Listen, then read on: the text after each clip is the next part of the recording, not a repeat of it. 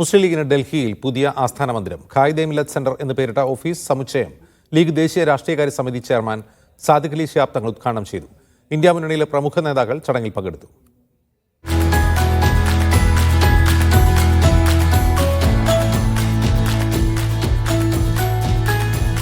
ഡൽഹിയിലെ ദരിയാഗഞ്ചിലെ ശ്യാംലാൽ മാർഗിലാണ് മുസ്ലിം ലീഗിന്റെ പുതിയ ആസ്ഥാന മന്ദിരം.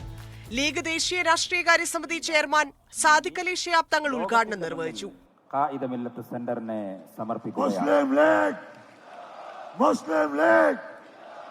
പി കെ കുഞ്ഞാലിക്കുട്ടി, മുസ്ലിം ലീഗ് എംപിമാർ, മുതിർന്ന അഭിഭാഷകൻ കപിൽ സിബൽ എന്നിവർ ചടങ്ങിൽ പങ്കെടുത്തു.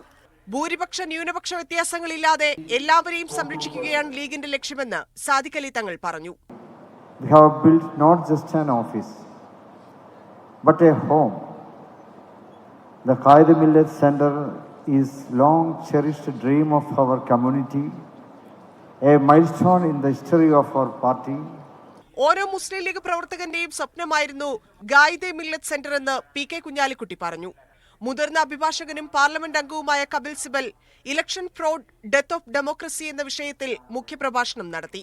5 നിലകളിലായി സജ്ജീകരിച്ചിരിക്കുന്ന മന്ദിരത്തിൽ ദേശീയ കമ്മിറ്റി ഓഫീസ്, മീറ്റിംഗ് ഹാളുകൾ, വർക്ക് സ്പേസുകൾ, digital conference hall, public hall, library തുടങ്ങിയവയാണുള്ളത്.